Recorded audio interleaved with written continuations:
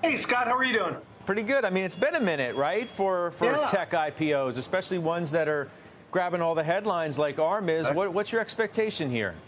So I would say ARM, though, is kind of a tech IPO. What we're really looking for are the really tech growth IPOs, like you might see in an Instacart or a Databricks coming.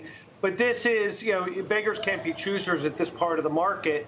And we're seeing something that looks probably more similar to, the J&J consumer spin out of a slow growth, but at least a tech company looking to do a tens of $billion IPO. So at least we're excited for that in the interim. I mean, you mentioned Instacart, Databricks, I think was the other one you said. Stripe yes. is on everybody's list, I think. And what are the other names you're excited about? And if you think they're closer, how close are they actually?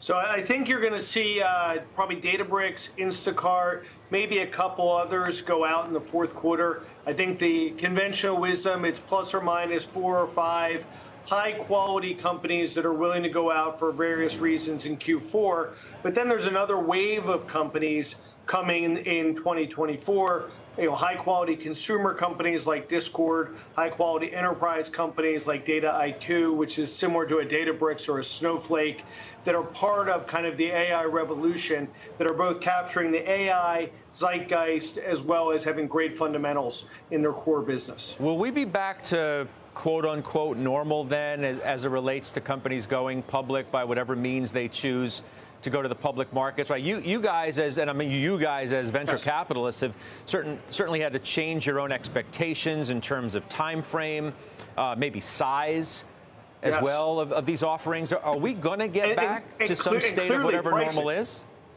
I think we're probably a year or so away from whatever the historical norm was.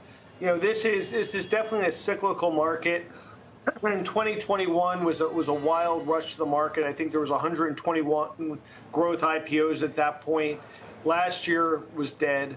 This year has been dead probably up to this point, depending on if you count some weird companies like that aren't really traditional growth IPOs like a Kava or even an ARM. So it's going to take a little bit to get back to it. The first companies that go out tend to be very high quality. They tend to be willing to take a little bit of a hit on valuation, and they tend to be smaller IPOs that want to get out. And whether it's ARM because of the SoftBank aspect, whether it's Instacart who's been ready to go for a little bit, you hope that those first companies are high enough quality and they have enough demand that they draw in the IPO buyers back to the market. I mean, the other piece of the capital markets pie, deals, right? And, yes. Maybe some tech companies are emboldened by Microsoft and Activision, and they're beating the FTC, if you will. What does that mean for the appetite among big tech to try and do stuff? Well, yeah, I think you hit on the two key levers. The first key lever is, especially for the larger deals, having an IPO as an alternative means that their window is not going to, means that if you're going to buy a company, the window might not be there for very long because the public markets are an alternative liquidity source for those shareholders and employees of the company.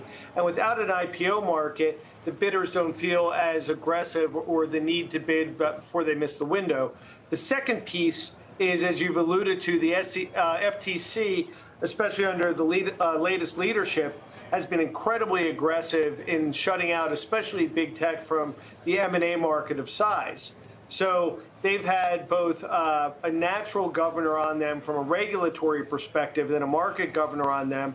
And we hope that both of those things loosen up a little bit so we go back to what would be seen as a normalized M&A market. As you're seeing on the screen now, the M&A market's down 50 to 70% from historical levels, which is bad for the entire ecosystem.